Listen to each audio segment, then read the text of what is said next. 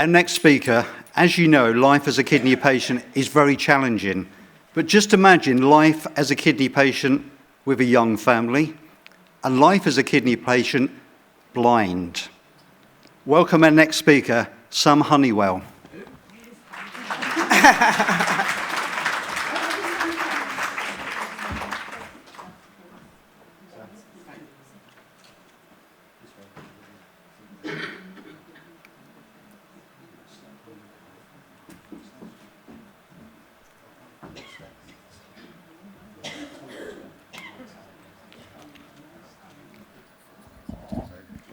That's your rectum.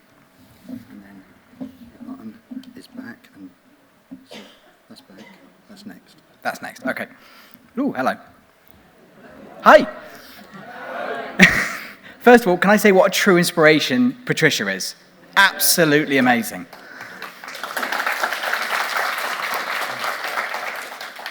I'm here to talk to you about, well, me, basically, so it's going to be a very selfish talk, so please bear with me.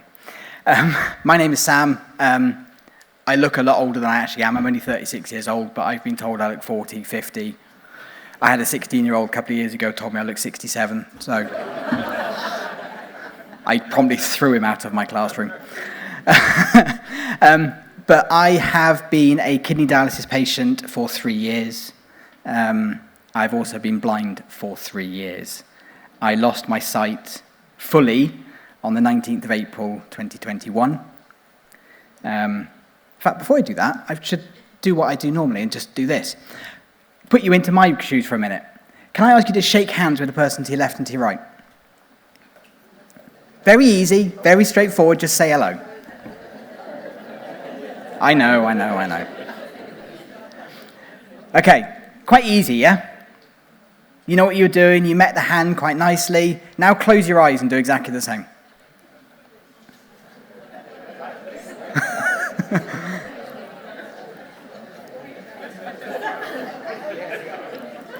It's a lot harder, isn't it? Who groped each other? It's amazing the amount of people I walk up to and go to shake a hand, but they either come too close or don't get far enough. So I either go like that or like that. It's amazing. I get away with it. It's great. I go, sorry, I'm blind. I go, oh, it's okay then, don't worry. I do it to my mother-in-law quite a lot. She still hasn't learned. She comes up to me, it's like, no. Anyway, this is me. This is my life, which I'm going to run through and talk about me. So I was diagnosed diabetic at age 11, second week of secondary school. I spent a week in hospital, didn't know anybody in school, scared the living daylights out of me, and we think that's what caused it. I had a cold one day and my mum took me to the doctors, and I was in hospital within 20 minutes, diagnosed type 1 diabetic, and have been for 25 years since. But as with a lot of diabetics, when you're diagnosed really, really young, you get to a certain point in adolescence where you think you're invincible. I thought that. So I purposely didn't look at, well, I say purposely, subconsciously didn't look after myself between the ages of about 17 to about 26. Because those are the ages you think you're arrogant, you kind of, you know what you're doing, you can do what you want. Yeah, this is now the result. And I don't realise that, because when you have diabetes, anything that happens is 10 years later, the offshoot. And I didn't realise that. If I did, I would have looked after myself. But during that time, I started university, trained as a primary school teacher, left, worked in a college as a support worker for special educational needs, got my job as an IT lecturer, worked my way up. Did really, really well. Met my wife, we got married, obviously. Hence why she's called the wife. And we had our first child through IVF.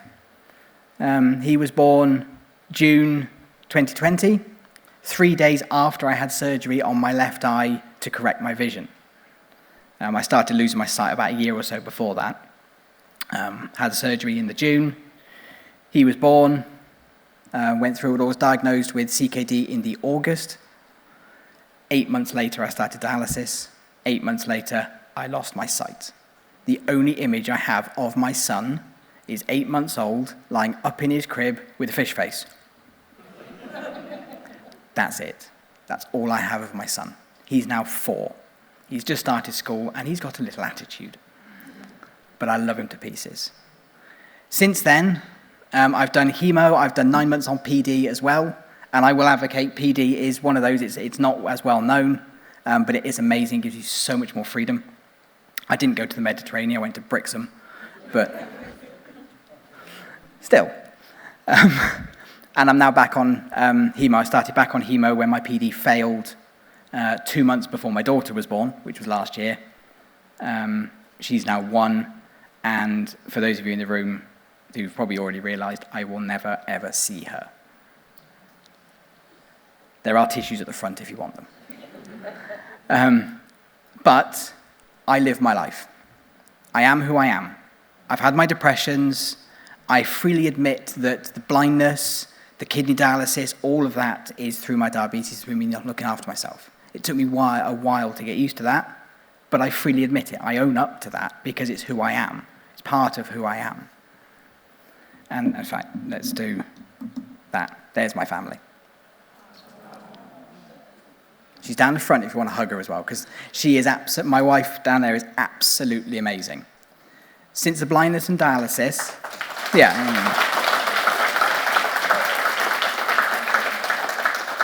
I can't see it, but she's probably gone bright red right now. Since all the chemo, the dialysis, I'm on the transplant list for kidney pancreas, the blindness, everything. We have had amazing support from my renal social worker, Drew, who is not here, but I shout out to Drew, he is superb. But for the blindness, nothing. Absolutely nothing. We have had to learn to do everything ourselves. And that has come down to us and the people that we are, because we just get on with it. We get up, we get on with it. We don't cry over the small stuff. She's walked me into a few lampposts. I've walked into a few walls. I've tripped over people. My mother-in-law, when we lived with her, used to leave the washing basket at the bottom of the stairs. You just laugh and get on with it. You swear a few times, but you just laugh and get on with it. And you realise that you're still who you are. You have these disadvantages, as I call them, but you just get up and get on with it.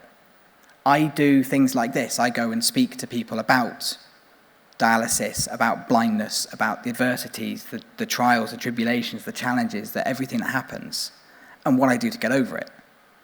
But as I say to a lot of people, the only thing I can't do is see or drive. I don't think you want me to drive anything. I have a license, but the little traffic light on the back says red, which is probably a reason, really. But I can do everything else. I look after my 1-year-old daughter twice a week, on my own. I cook for her. I clean, sort of. I change a nappy. I put her to sleep. I change her clothes. I look after my son. I cook for my family. I do everything. Sometimes very wrong. And I will tell you a few. Because with all of this sort of stuff, you've got to laugh. If you don't, you'll be miserable. So you've got to laugh. So I was once trying to scoop ice cream out of an ice cream tub for my son. Great. I put what I thought was a spoon, you can see where this is going, into the ice cream and thought, why is it not coming out? It was a fork. I was cooking egg fried rice for my family. So you put everything in the saucepan, you put the water in. Bethan comes over and goes, why is the water black? I didn't put peas in. Blueberries. It was what we call sweet and sour.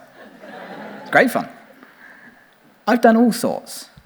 I cook regular things and regularly put my hand in the frying pan. My hand tastes like bacon. It's great. But I do everything. And I go out and about into the community. I go up into my local university and do talks to the nursing students and the social care students and other students at the university about who I am and about how I do stuff, about how I get around and how I work. And I do bits of visual impairment training. Because spreading that message is important because people need to know. There are upwards of 350,000 people in the UK who are severely sight impaired or blind. And I'm what's known as fully blind. I have no vision in any way, shape, or form. All I see is darkness. Which is scary. I don't even know if it's light or day. I mean, it's great in the winter when it's just constantly dark. It's just constantly in my eyesight. But I make jokes out of it all. People say, what's your favourite colour? Black. It's not. It's red. And I call myself the Prince of Darkness. Because why not? Because if you don't have a laugh with these sorts of things, you don't really experience life. And I try and go, I'm a massive sports fan, huge sports fan. I'm a Bristol City boy. Sorry. I'm also a Manchester United fan, also sorry. My family are Liverpool fans. They are going to listen to this recording, so they will like that. But I'm trying to be one of the first blind men to visit every Football League stadium in the country, to make sure that blind people, no matter who they are, no matter what disadvantages they have, can access live sport. And I've done 26, and you'd be amazed. If you want to find out more, please come and talk to me afterwards, but you'd be amazed to see the differences between certain clubs. I won't name them and shame them yet. I am doing that at the end, but I'm not doing it now. But you will be amazed to see the differences and the way that different people, different fans, different staff, different everybody treat the blind, and I walk around with a cane so it's obvious. But you'll be amazed to see the difference people actually treat you when you hold the cane and when you don't. Because I'm fully aware I don't look blind. I gaze at people when they talk to me. And I'm fully aware I don't. So when they actually show me a piece of paper and say, can you see that over there? No. Well, why not? I can't see that. We don't look at it. It's a misconception. It doesn't matter who you are, you can still have these hidden disadvantages. People don't need to know about them. A lot of people are very, very insular behind them. I say embrace it. Tell people about it, because if people don't know, how do they know? And if people don't ask, how are they going to know how to change things for you or adapt things to suit your needs? And one of the biggest things I say to a lot of people is just ask. First time anybody meets me, I encourage them to ask me how to do stuff, because I'm aware I'm unique. As I was saying earlier, about 350,000 people in the UK are severely sight impaired or blind. This is pure speculation, this is just my own maths. But I reckon there's about 1,000, maybe 2,000 people like that on dialysis. In my situation, fully blind on the kidney pancreas transplant, I reckon there's about 6 or 10 people in the UK. I'd love someone to corroborate that. But I'm utterly unique. I reckon I'm probably the only one in Wales. Again, I would love somebody to corroborate that, and if I'm wrong, please do correct me. But I want to be out there spreading my message. Why I'm here talking to you guys now, I want to spread my message. I want to sort of go that it doesn't matter who you are, you can have a life. I'm starting a master's degree in computer science in February. I was an IT lecturer, so it's kind of easy really. But I'm starting a master's degree. I'm getting on with my life because we've decided to live it. I have a young family who want to go out and experience the world. And I'm not going to sit at home on my backside and wait for a phone call. I'm going to go and do it with them. And if we're out and about and I get the phone call, great, we deal with it. But I'm not going to sit on my backside and rest on my laurels waiting for that phone call while my family is off living and I can't make those memories with my family. So I'm going to go and do it. It's just who I am, really. And the biggest thing, I go around talking a lot. I talk a lot. I like talking. When all my nurses say you have a gob, you might as well use it. And I will say right now, my nursing staff sounds like I employ them, in Welshpool and Wrexham are outstanding. The care that they give me for kidneys and the dialysis is outstanding. But it took them a long time to get used to me. Because I'm aware I'm unique, I'm different, I'm gobby, I'm opinionated. And that's very different to a lot of people are used to.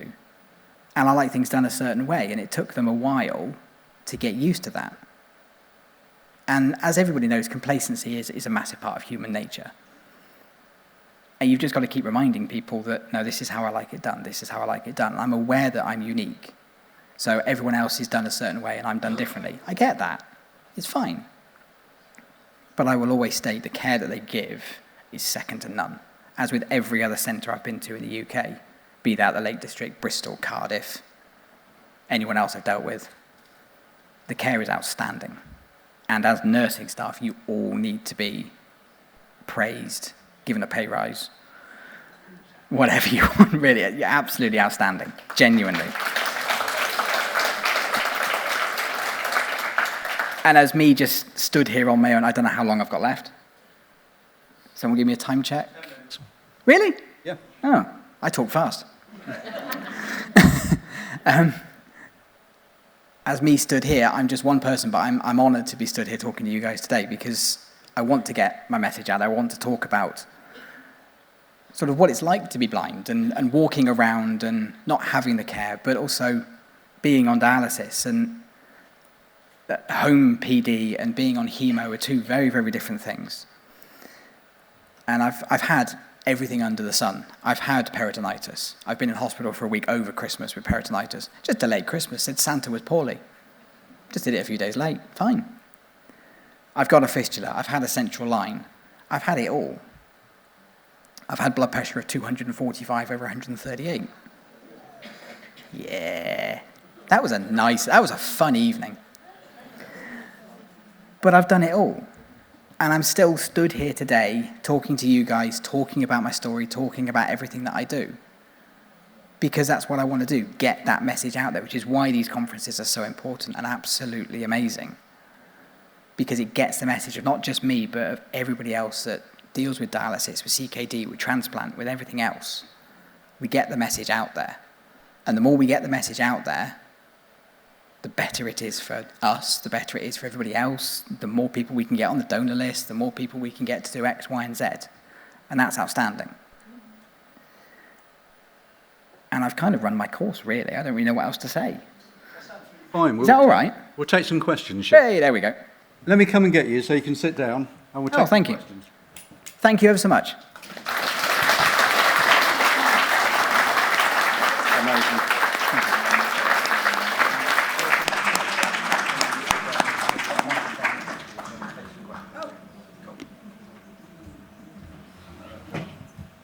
So, chair coming up. So that's the back of it. Okay. And that's the front. Yeah? Yep. You got it? I got it. Hi. That was absolutely amazing, wasn't it? Wonderful.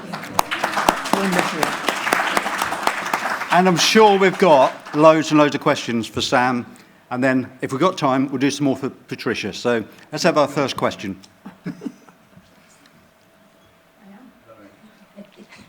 I am Jane Davis. I'm a renal social worker, so I know the gentleman that Sam mentioned, Drew.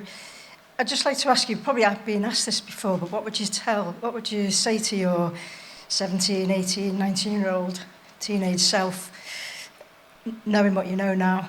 And there is a reason for asking that, but yeah. In all honesty, look after yourself. Do your injections, go to your appointments, do your blood tests, do the things you need to be doing. Because look at who I am now. Honestly. Next question, please.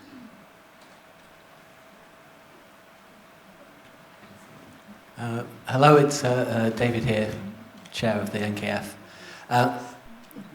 All of us that have been on the kidney journey, we arrive at a point where we make our own decisions to look after ourselves.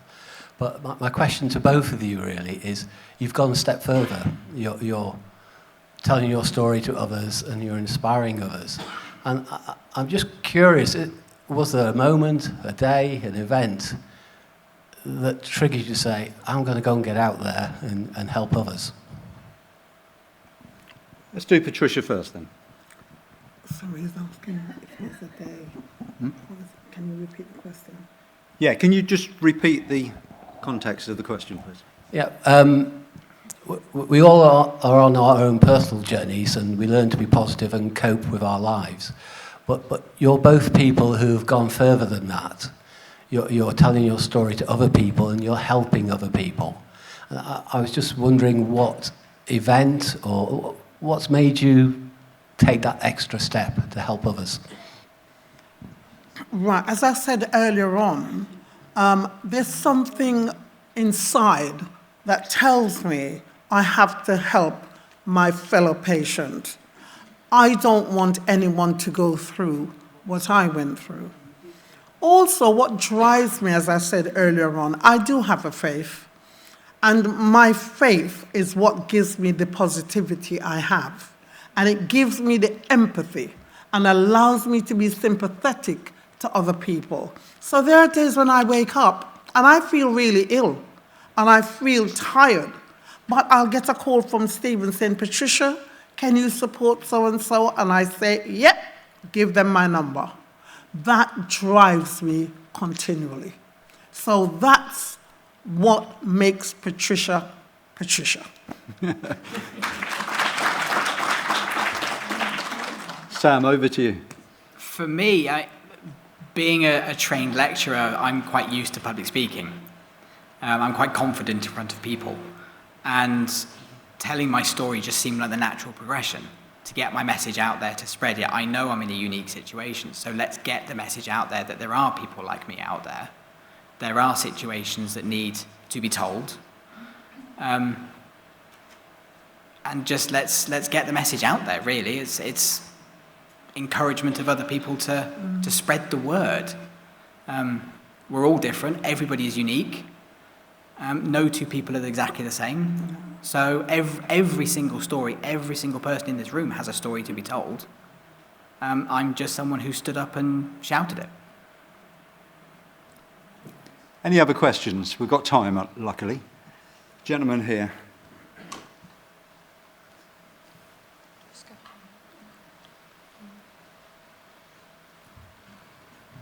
Thank you. Brian Turner from West London KPA. Stan, I'm confused.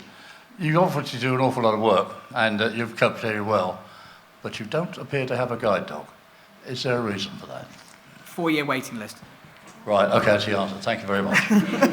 So are you on the waiting list? Not yet. I'm currently in the process of being greater developed to go on the ready to train list. But due to COVID, the numbers of guide dog trainers went down dramatically, and they are on the way back up, but the waiting lists are a lot longer. So I have started the process, yes, but it's like a transplant. It will just appear when it appears. It takes time. Okay, thank you very much. And I know we're going off on a bit of a tangent now about guide dogs, but are you looking forward to, when you get a guide dog, will that give you more freedom, do you think, to Absolutely. what you do now? It will give me more independence. I'll be able to go to the shops, be able to get on a train, be able to go and do the things I want to do that at the moment I can't do. And I love dogs. I'm a dog person, so I want one anyway. Fantastic. So yes. Any more questions?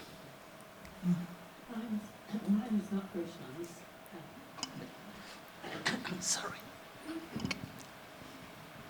I'm Veronica from London, Royal Free. I'm a patient myself. I am worried when you said the children, you look after them on your own and you cook for them. Being a mom myself, I'm very worried when it comes to fire. Cooking, fry pan, oil, which you and them alone. How do you really manage that? When it comes to cooking using oil and a frying pan, all that sort of stuff, I don't do it without another adult in the house. I sound like a child, but I don't do it without someone sighted in the house. We do have a fireman living next door, which does help. Always handy. Always handy. And when it comes to a sort of falling down or things like that, we've got amazing technology in my house with, I'm just going to name drop it because I have to, Amazon Alexa, with cameras and everything, that if I need to, I can shout at it. It will call Beth Ann straight away when she's at work. She can see what's going on and tell me what to do. Excellent. Excellent.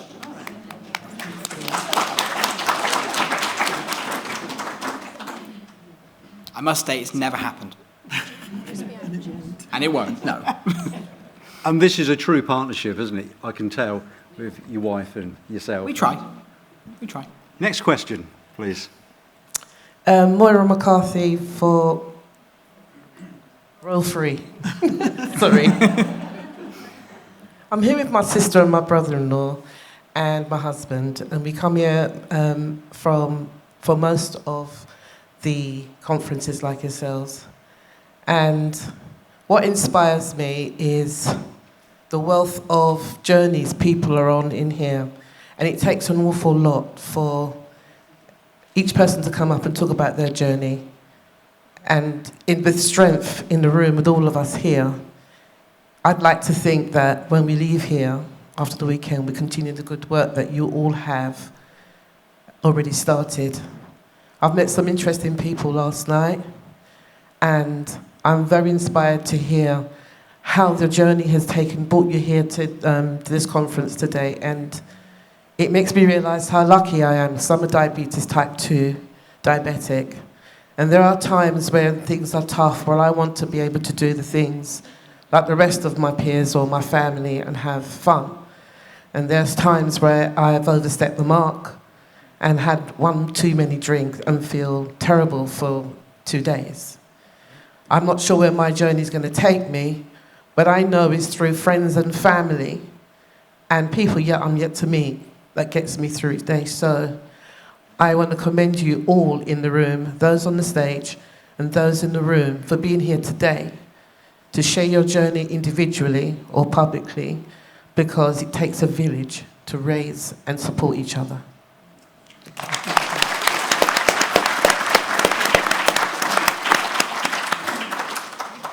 Few more minutes, so let's have a couple more questions.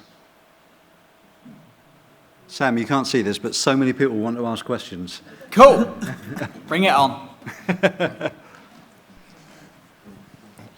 Hi everybody, it's not a question really. My name's Edmund, I'm from the Guys of St Thomas's, KPA, my first time here. I just wanted to say really to both of you on stage that, you know, just hearing you guys, it's a real inspiration, and just keep up your good work, and we need more of you around. Thank you. Both of you. Thank you.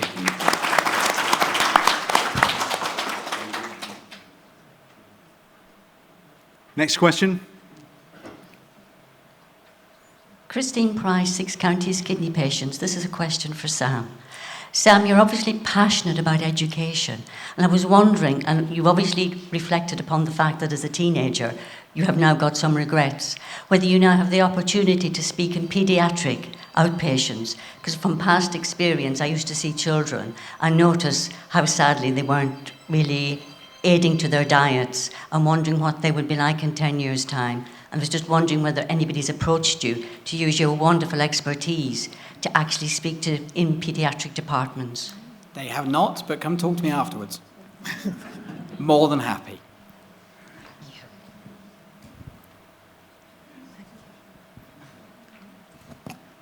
Hi, I'm Ruth Braddock from a charity called Danielle's Flutterby's. We help young people living with kidney disease. My question is more directed to Patricia, if I may. I've been listening to you as part of being a peer supporter, and as myself, I lost my daughter through kidney failure. She was on PD, and I learnt a lot. And I wondered, being a mother of somebody who I've lost, could I be important as being a peer supporter like yourself? Of course, definitely. You have the empathy, the sympathy, you have the knowledge of what PD is, and you want to do it. So give us your name, speak to Pete afterwards, Okay. and you can get the training you need to be a peer supporter. Am I right, Pete? 100%, yes. I also empathise with Sam, because my daughter, she crash landed with renal failure at 18. She thought that she could conquer the world, and she didn't comply. So I'm fully on board of what you was talking about as a young person too. So thank you. Thank you. Thank you. Oh, thank you very much. So we'll have one more question and then we'll break for lunch.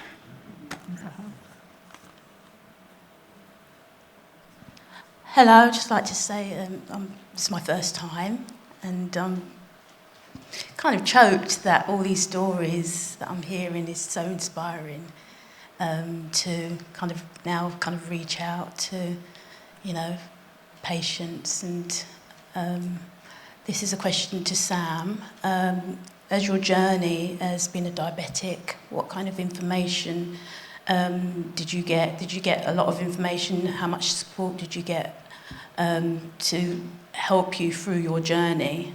And to be honest, when I was fully diagnosed, firstly diagnosed, sorry, not a lot. I was given a diabetic nurse who gave me probably about 300 or 400 pages worth of things to read, which I didn't. My mum and dad probably did, but I didn't. I was 11. Why would I want to read that?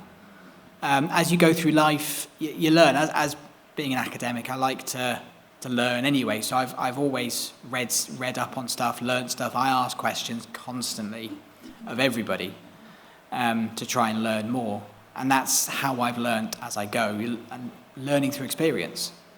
Now that I have lived through it all and I know what can happen, and diabetes care has developed 100-fold since 1999. It really has. And the doctors, the consultants, the nurses are incredible people. And anyone who's newly diagnosed, I encourage them to ask questions. Don't stop asking. You're never too old to learn. it's brilliant. And if you had the information back then like you do now, do you think things would be different in your life? I think things would be different, yes. I think I would be the better informed, or forewarned is forearmed, isn't it? The more informed you are, the better prepared you are. You're still going to have the adolescence when 17, 18, 19-year-olds think they rule the world. That's just what's going to happen. But the more informed you are about the consequences, the better I might have been. That's great. Thank you so much. Thank you very much.